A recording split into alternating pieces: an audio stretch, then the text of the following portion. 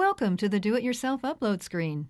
If you do not have 3 months of data from your carrier site already stored and need instructions to complete the download directly from the carrier site, click on the appropriate carrier link for step-by-step instructions.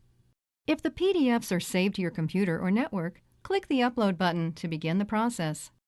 Once clicked, it will produce a pop-up window to browse your PC or network for the carrier PDF files you wish to upload. The upload routine handles one PDF file at a time and doesn't require the data to be loaded in any particular date order. The file upload routine will confirm it has received a readable PDF file and will identify the month and total charges. A warning message will appear until 3 consecutive months have been uploaded. 3 months is advised for greater accuracy, but it's not required. If you realize you've uploaded the wrong file, just click the trash can icon to delete.